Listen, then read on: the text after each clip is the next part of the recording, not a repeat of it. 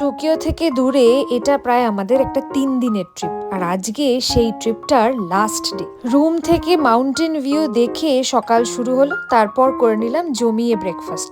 High, আমি সঞ্চারী, চলে এসেছি আমাদের এই ট্রিপটার লাস্ট ডে ভ্লগ নিয়ে। জাপানে এসে বুলেট ট্রেনে চড়ার শখ বলতে পারেন এই ট্রিপেই মিটলো। পৌঁছে গেলাম কারুইজাওয়া। আরে না, এটা মাউন্ট ফুজি না, এটা মাউন্ট আসামা। যেই রাস্তা দিয়েই যাচ্ছি সেই সিনারি দেখে মনে হচ্ছে যেন সবটা একেবারে ছবির মতো। চারপাশটা এমন সুন্দর দেখলে গাড়ি থামিয়ে ফটো তোলার তো ইচ্ছে হবেই, বলুন। পৌঁছে গেলাম কারুইজাওয়ার একটা ড্রিমি লোকেশনে, শিরাইতো ওয়াটারফলস।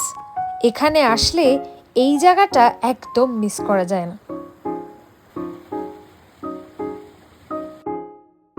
সারা বছরের অর্ধেক সময় বলতে গেলে এই জায়গাটা একেবারে গ্রিনারিতে ভরা থাকে, কিন্তু আমরা যেহেতু বরফের সময় এসেছি, এই ভিউটা একটা ড্রিমের মতো লাগছিল। জাপানিজ ট্রেডিশন অনুযায়ী এই ওয়াটারফলে একটা 5 ইয়েনের কয়েন ফেলে উইশ করলে সেইটা নাকি লাকি মনে করা হয়। 3 দিনের এত ঘোরাঘুরির পর ফাইনাল শপিং ডেস্টিনেশনে পৌঁছে গেলাম, প্রিন্স শপিং প্লাজা। বিশাল জায়গা জুড়ে এটা একটা লাক্সারি শপিং আর্কেড।